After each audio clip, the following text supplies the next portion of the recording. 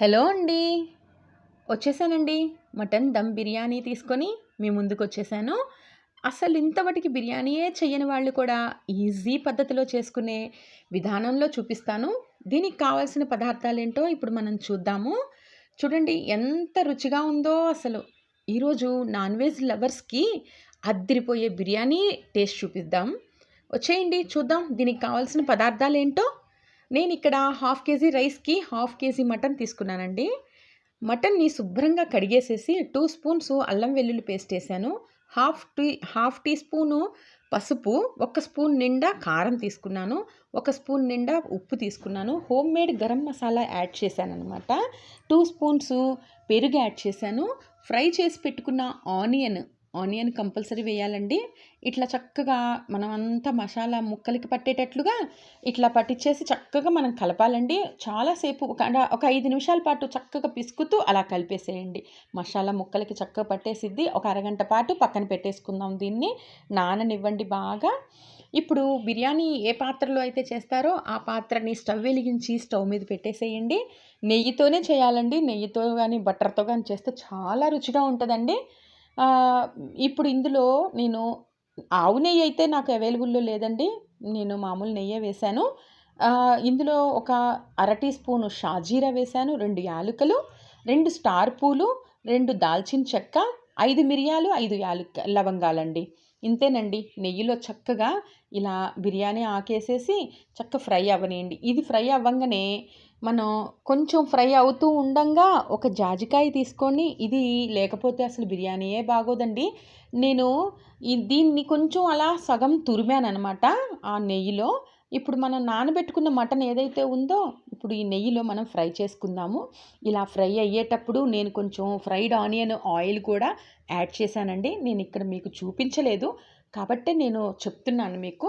Butter ఉంటే butter కూడా add చేసుకోవచ్చు రుచి కోసం అంతే. ఇప్పుడు చక్కగా ఇందులోనే ఫ్రై అయిందండి.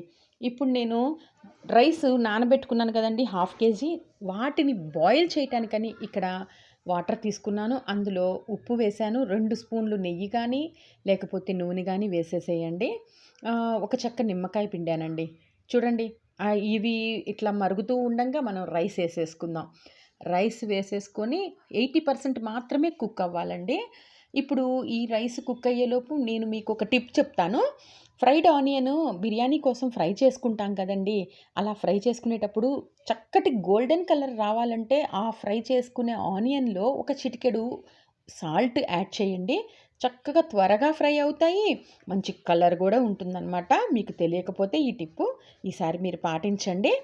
సరే ఇప్పుడు మటను ముదురుదైతే కుక్కర్‌లో వేరుగా ఉడికించుకొని ఇక్కడ ఇలా తాలింపు వేసుకుంటారండి. ఇక్కడ నేనైతే లేతది తీసుకున్నాననమాట. చక్కగా కుక్ అయిపోయింది. నా దగ్గర బటర్ గూడా ఉంటే అమూల్ బటర్ కొంచెం టేస్ట్ కోసమని యాడ్ చేశాను. మీ దగ్గర లేకపోతే స్కిప్ చేసేయొచ్చు. No problem. ఇప్పుడు దమ్ పెట్టాలి గదండీ! 80% రైస్ ఉడికిపోయిందనమాట. నేను కొంచెం ప్లేట్‌లోకి కొంచెం కూర పక్కకి తీసుకున్నాను. ఇప్పుడు ఉడికిన 80% రైస్‌ని చక్కగా దానిపైన లేయర్స్ లాగా వేసేసుకుందాము. అంతేనండి. చాలా ఈజీ అనమాట. ఇట్లా రైస్ అంతా ఇట్లా మనం వేసేసుకుంటూ, పరుచుకుంటూ మనం తీసిన కూర ఉంది కదండీ! ఆ కూరని దీనిపైన యాడ్ చేసేసి, దానిపైన అట్లా పరిచేసేసి, మన దగ్గర ఫాయిల్ పేపర్ ఉంటుంది కదండీ! సిల్వర్. ఆ పేపర్ గానీ, లేకపోతే ఈ బిర్యానీ హండీకి చుట్టూ మూతకి గోధుమ పిండి గానీ పెట్టేసేసి, స్టీమ్‌ని అస్సలు బయటకు పోనివ్వకుండా మనం దమ్ పెట్టేసుకుందామండి. ఏదన్నా వెయిట్ ఉన్న రాయి గానీ, ఏదన్నా రోలు గానీ చిన్నయి ఉంటాయి కదండీ! అవి మూత మీద అలా పెట్టేసుకోండి. 20 మినిట్స్ పాటు ఇలాగే సన్న మంట మీద కుక్ అవ్వనివ్వండి. రైస్ అంతా చక్కగా ఉడికిపోతుంది.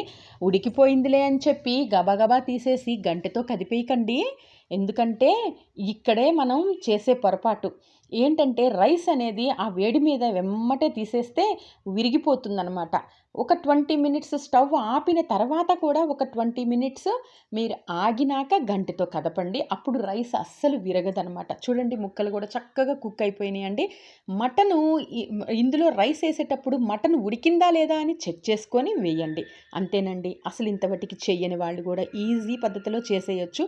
నేను కరెక్ట్ కొలతలతో మెజర్మెంట్స్‌తో చెప్పాను. మీకు నచ్చితే గనక ట్రై చేయండి. Okay friends, bye. Please share, subscribe.